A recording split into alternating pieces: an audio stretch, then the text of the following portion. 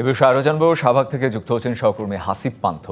আমি প্রতিবেদন দেখছিলাম সেটি কিছুক্ষণ আগে, এবং পুলিশ যে হামলা চালিয়েছে সাউন্ড গ্রেনেড, টিয়ার শেল দিয়ে, সেগুলোও দেখছিলাম, শিক্ষার্থীদের কথা শুনছিলাম। আপনি আছেন সেখানে অনেকক্ষণ ধরে, কি ঘটছে কি হচ্ছে শুনবো আপনার কাছ থেকে একটু।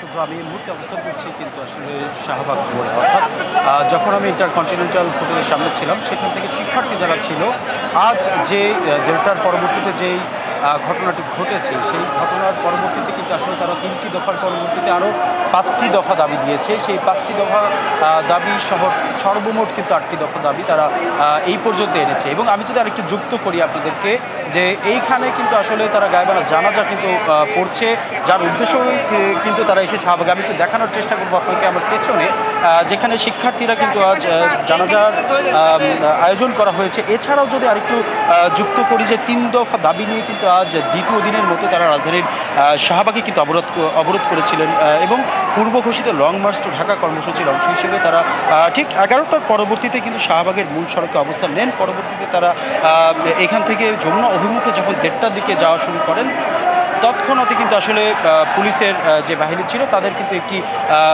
তাদের ওপর একটি আক্রমণ হয়ে ওঠে, এবং দুপক্ষেরই কিন্তু বেশ অনেকক্ষণ যাবৎ সংঘর্ষ হয়, যেটি আমার সহকর্মীরা কিন্তু দেখানোর চেষ্টা করেছিল, এমনকি আমরা দেখানোর চেষ্টা করেছি। পরবর্তীতে কিন্তু আসলে বেশ থমথমে অবস্থা বিরাজ করেছিল প্রায় 4টা পর্যন্ত। একটু সময় এসে কিন্তু আসলে আমরা দেখতে পেয়েছি যে আসলে তাদের যে দাবিগুলো দিয়েছিল তার মধ্যে যে 5টি দাবি আরও নতুন করে তারা যুক্ত করেছে। তার মধ্যে প্রথম দফাটি হচ্ছে আজ আন্দোলনের শিক্ষার্থীদের ওপর হামলায় যিনি স্বরাষ্ট্র উপদেষ্টা রয়েছেন তাকে প্রকাশ্যে ক্ষমা চাইতে হবে। এছাড়াও প্রজ্ঞাপনের মাধ্যমে গঠিত যে কমিটি করা হয়েছে সেই কমিটি প্রত্যাখ্যান করে বিশ্ববিদ্যালয়ের প্রতিনিধি নিয়ে কমিটি গঠন করতে হবে।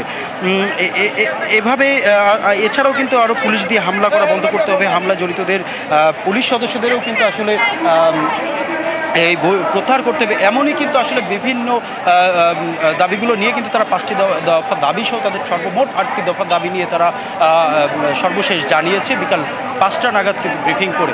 এবং আরেকটু যদি সংযুক্ত করি যে আসলে বিএসসি ইঞ্জিনিয়ার যারা রয়েছে তাদের সঙ্গে যে ডিপ্লোমা ইঞ্জিনিয়ারিং যে তাদের যে বিএসসি ইঞ্জিনিয়ার যারা দাবি তুলেছেন, আসলে সেই দাবিগুলো নিয়ে কিন্তু আসলে তারা এখন পর্যন্ত তাদের যে 8টি দফা দাবি, সেই 8টি দফা দাবি যতক্ষণ পর্যন্ত না মানা হবে তারা এই শাহবাগের সড়কটি কিন্তু তারা অবস্থান করে থাকবেন। এছাড়াও এই শাহবাগের সড়কে অবস্থান করা নিয়ে যে হাসিব, আমি বুঝতে পেরেছি আপনার কথা, কিন্তু একটু যদি জানতে চাই আপনাকে থামিয়ে, যে যারা দায়িত্বশীল তারা আসলে শিক্ষার্থীদের সাথে কোনো ধরনের এসে কথা বলেছে কিনা বা উপস্থিত হয়েছে কিনা, কারণ এখন যে পরিস্থিতি সেই পরিস্থিতিতে আসলে দায়িত্বশীল কেউ এসেছে কিনা সরকারের পক্ষ থেকে, কর্তৃপক্ষের পক্ষ থেকে, প্রশাসনের পক্ষ থেকে, সেটিও একটু শুনবো।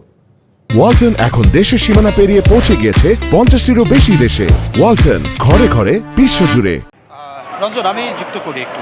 দায়িত্বশীল বলতে আসলে রমনা বিভাগের, অর্থাৎ রমনা জোনের যিনি ডিসি মাসুদুল আলম আছেন, তিনি কিন্তু এসেছিলেন শিক্ষার্থীদের সঙ্গে কথা বলার জন্য। তিনি জানিয়েছেন যে আসলে ফাজুল করিম সহ কিন্তু আসলে 8 জন উপদেষ্টা নিয়ে একটি কমিটি গঠন করা হয়েছে, এবং সেই কমিটি যে কোনো সময় আসলে বসতে চান এদের সঙ্গে। কিন্তু তবে এই ঘটনাকে প্রত্যাখ্যান করে তারা কিন্তু আরও সর্বমোট পরবর্তীতে এসে 5টি দফা দাবি দিয়েছে।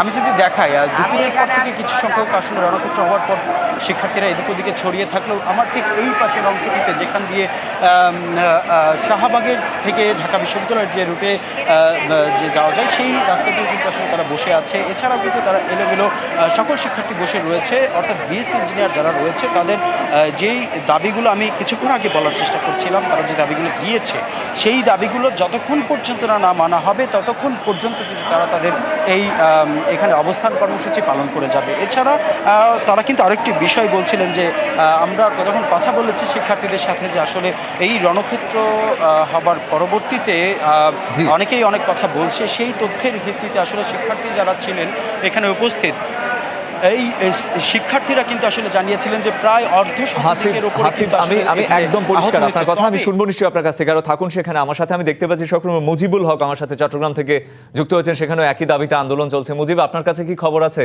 চট্টগ্রাম থেকে? আমরা ঢাকায় শুনছিলাম চট্টগ্রামে কি অবস্থা? রঞ্জন, এর আগের সম্প্রচারটি তো আমরা জানিয়েছিলাম যে চট্টগ্রামের 2 নম্বর গেট এলাকায় প্রকৌশলের শিক্ষার্থীরা তাদের যে 3 দফা দাবিতে তারা যমুনা অভিমুখে লং মার্চ করছিলেন।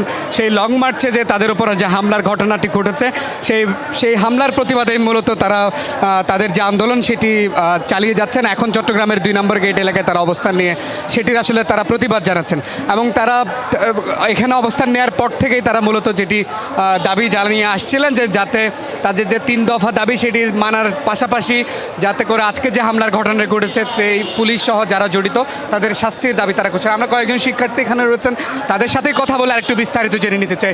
একটু বলবেন নতুন করে, আপনারা তো 3 দফা দাবিতে আন্দোলন করে যাচ্ছিলেন, নতুন করে এখন কি দাবি? নতুন করে দাবি হচ্ছে আজকে ঢাকায় যে আমাদের প্রকৌশলী ভাইদের উপর বোনদের উপর যে হামলা করা হয়েছে, আমরা এই হামলার তদন্ত সাপেক্ষে সুষ্ঠু বিচার চাইতেছি। আরেকটা বিষয় দেশবাসীর সামনে ক্লিয়ার করা দরকার, যেটা হচ্ছে অনেকে আমাদের আন্দোলনটা অনেকেই জানে না, কিন্তু আমি যদি আপনাদেরকে একটা এক্সাম্পল দিই, যেমন ধরেন 10ম গ্রেডের যে সরকারি একটু হবে এটা জানতে হবে। আচ্ছা, 10ম গ্রেডের উপসহকারী প্রকৌশলীর যে পদ, 10ম গ্রেডের অন্যান্য চাকরি যদি বলি, যেমন ধরেন দুদকের উপসহকারী পরিচালক, পুলিশের সাব ইন্সপেক্টর, এনএস, এই যে পদগুলো আছে এইগুলোতে কারা পরীক্ষা দেয়? যারা অনার্স পাস করছে, বিভিন্ন ভালো ভালো ভার্সিটি থেকে যারা পরীক্ষা দিয়েছে, ওনারা প্রতিযোগিতামূলক পরীক্ষা দেয়, পদগুলিতে উত্তীর্ণ হয়। কিন্তু উপসহকারী প্রকৌশলী থেকে ডিপ্লোমারা 10ম গ্রেডের মাধ্যমে বৈষম্য হচ্ছে। আপনাকে ধন্যবাদ। আমরা কয়েকজন শিক্ষার্থীর সাথে কথা বলছিলাম, তারা বলছেন যে ডিপ্লোমাধারী যারা আছেন, তারা বিএসসি-ধারী যারা আছেন তাদের সাথে এক ধরনের বৈষম্য শিকার হচ্ছে, অর্থাৎ তাদের জন্য একই গ্রেডে যেই চাকরির যেই সুবিধা সেটি নিয়ে আসলে তাদের আপত্তি। মুজিব, আপনাকে ধন্যবাদ। আমি শুনলাম আপনার কাছ থেকে, চট্টগ্রাম থেকে এবং ঢাকা থেকেও শুনলাম, দুজনের কাছ থেকে। নিশ্চয়ই পরবর্তীতে আরও জেনে নেব আমি সেখানকার খবরাখবর। থাকুন সেখানেই।